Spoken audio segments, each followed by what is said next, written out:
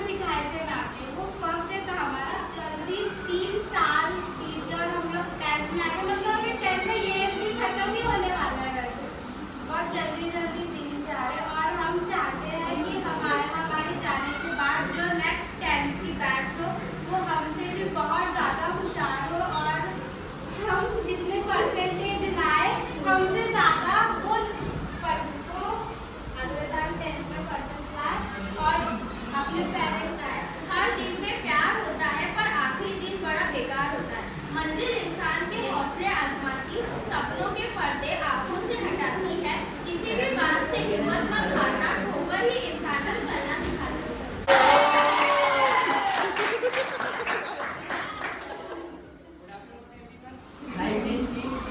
लेकिन अभी परफॉर्मेंस दिखाना पड़ेगा क्योंकि बोर्ड के एग्जाम सारे। सही बोला।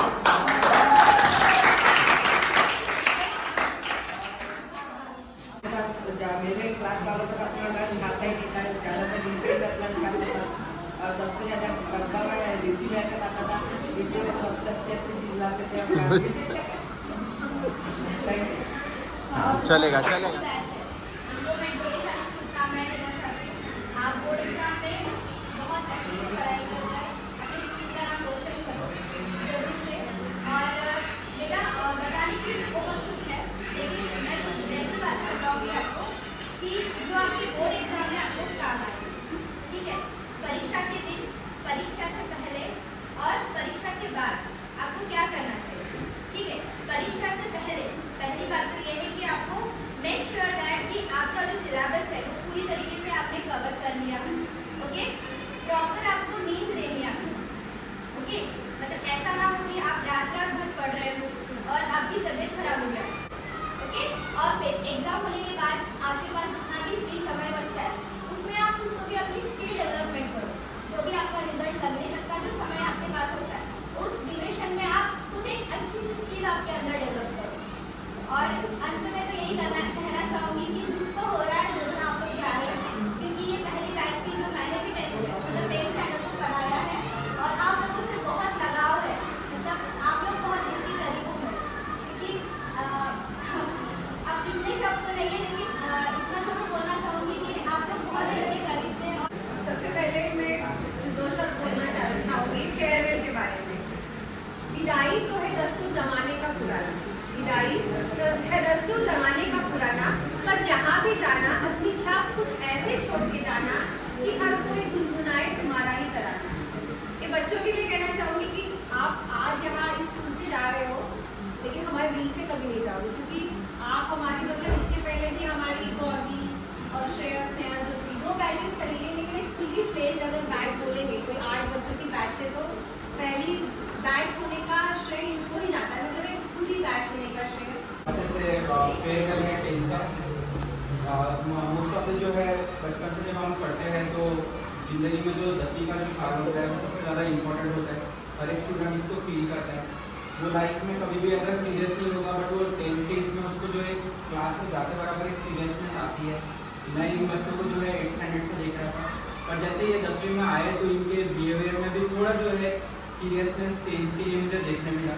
इस बच्चों को एक चीज़ मैं बोलना चाहूँगा, जैसे जब भी फेयरवेल आता है, जब भी आप यहाँ से आगे जाएंगे तो आपका कॉन्टैक्ट जो है टीचर्स के साथ अब कम आने लगेगा। अब आप इसके बाद स्कूल में नहीं रहेंगे, आप इसके बाद जूनियर कॉलेज जो है उसमें जाएंगे, तो वहाँ पर आप कोई टीचर आपके ऊपर इतना ध्यान देने वाला जो है, यहाँ पे आपको हर एक टीचर को आपके नाम पता है, ठीक है। आप जब यहाँ से जूनियर कॉलेज में जाएंगे, टीचर्स को आपके नाम भी पता नहीं होंगे।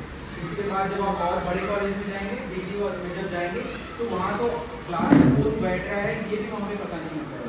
तो 10th के जो टीचर्स होते हैं, तो वो लाइफ में हमेशा आपको याद होते हैं। जब मैं भी मेरे टीचर्स को देखता हूँ 10वीं वाले को, तो एक अलग सी फीलिंग आती है, ठीक है। तो आप जो भी आपको अलग अलग जो टीचर्स ने 10th के या जो भी यहाँ तक के टीचर्स ने आपको पढ़ाया है, तो फीलिंग को आपको हमेशा याद रखना है। जो उन्होंने आपको एक तरीके से संस्कार दिए हैं कि ये बहुत ही दुख की घड़ी है।